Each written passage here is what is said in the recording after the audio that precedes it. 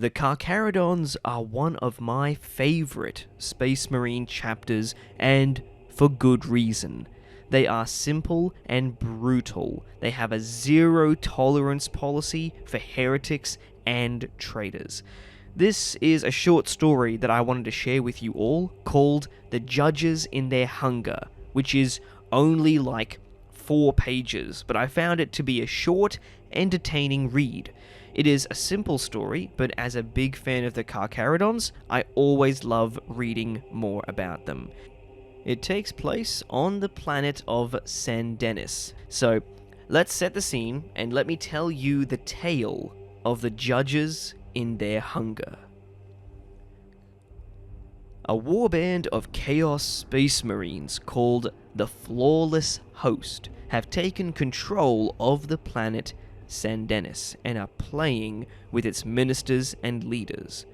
The leader of the Chaos Space Marines is called Mindaris, and he fancies himself a judge as he determines the fate of the ruling class of the planet.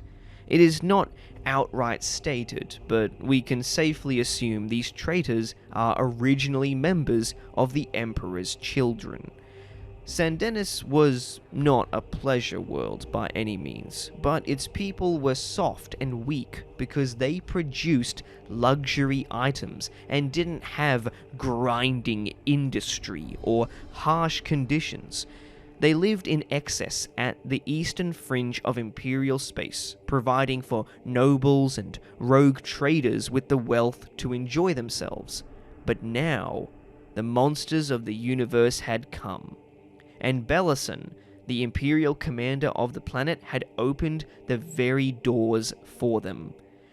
Belison had faith in the Emperor, but felt that his protection was too remote. In his fear and desperation to survive, to strike a bargain, he had opened all doors to the monsters, and now the flawless horrors were ravaging his planet. Mindaris, the judge, was questioning the leadership of the planet, seeking some kind of value from them, something that would make them worthwhile keeping alive. He lifts one of the ministers up by the throat, asking if he has value. The man begins, "No, Lord, next to you, who could ever..."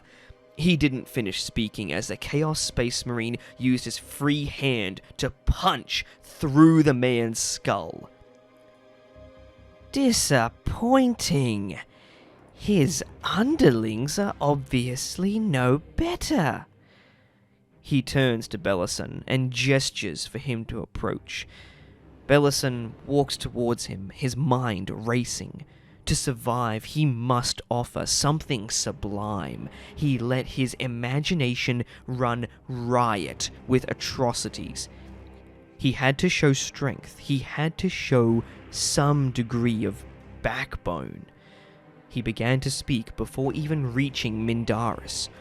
"My lord," he began, and bowed low. "If I may, I can propose the most exquisite of..."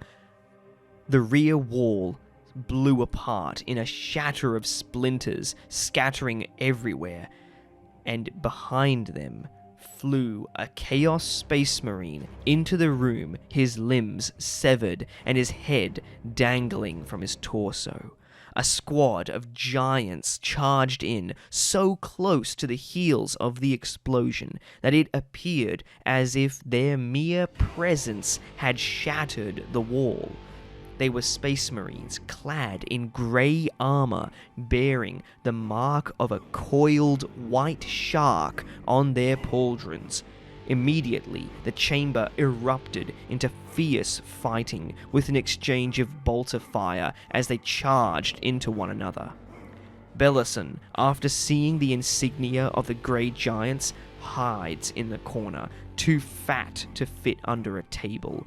He did not know the name of these warriors, but he did know of them through tales of their actions, tales that the people told each other to exercise the fear that these unforgiving beings might be real. They were predators in the night of the void. They were the coldness of the universe.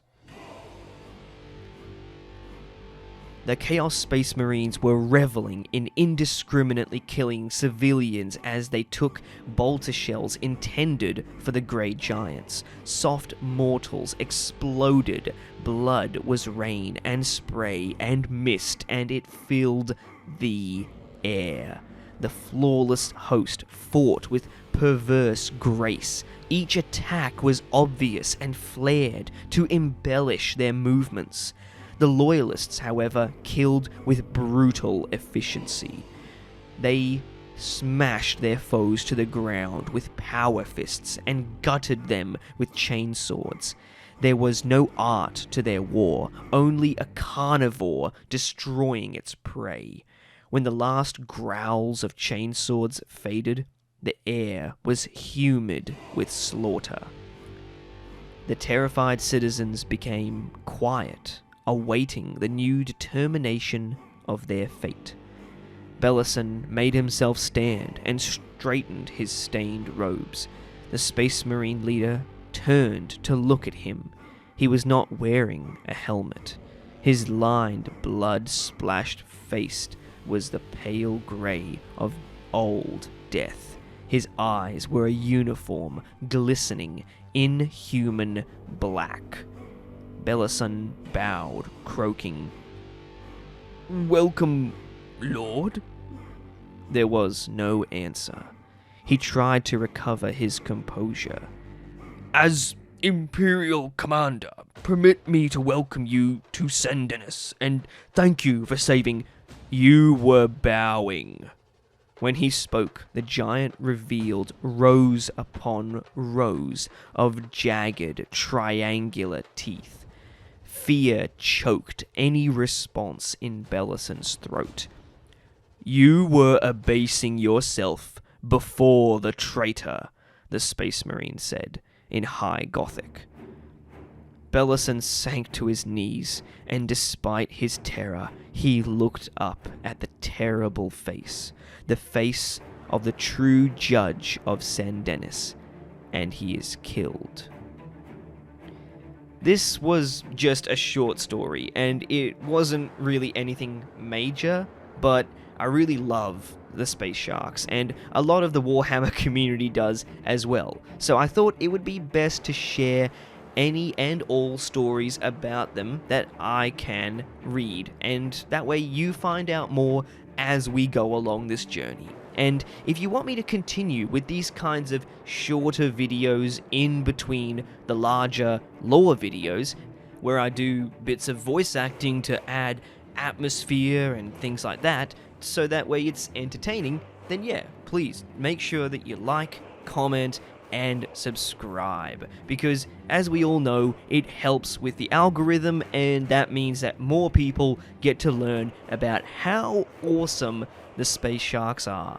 So I'm hoping and planning to do a couple more videos on these guys, because there's a lot of things that I don't think other people on YouTube have actually put out there, because there is a lot more depth to this chapter than what you first realize, and they do actually have some subtleties that your opinion will change depending on what bits of lore you've read about them. So after I've finished off a little bit more stuff on that, then I'll be able to make proper, more in-depth videos. But for now, it's just going to kind of be a bit of a mishmash as we slowly get through it all. But that's just about it from me, and I will see you all on the next one. I've been Kiv, and I'm out.